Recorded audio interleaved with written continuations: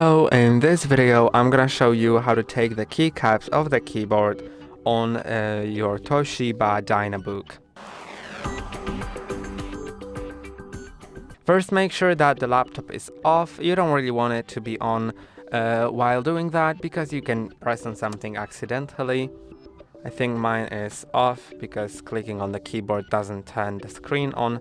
So I'm gonna use a SIM card tray opener that I have just as a tool that will help me pry the keys, and just insert it in between the key and the chassis.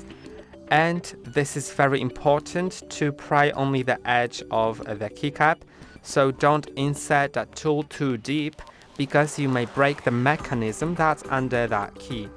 So you can see I'm entering only the edge until I can put my fingernail inside.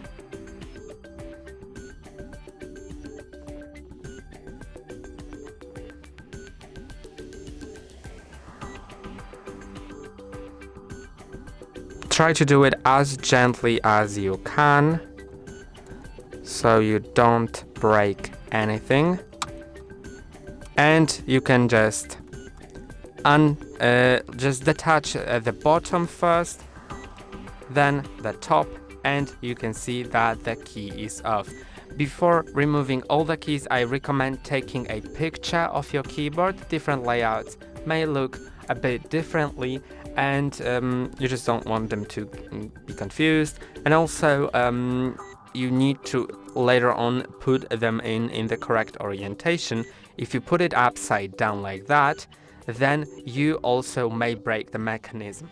And I was talking about not inserting the tool too deep because, as you can see, if I insert it deeper, it actually lifts the mechanism that's underneath the key, and you don't want that happening because if you detach the mechanism itself, you may break it.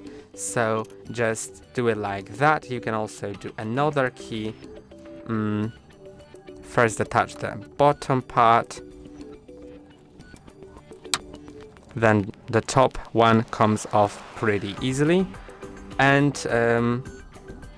just later to put it on, place it in the correct spot.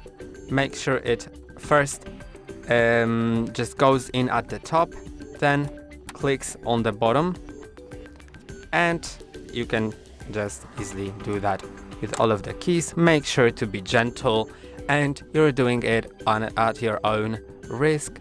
They are quite fragile, so please make sure that you just don't break anything.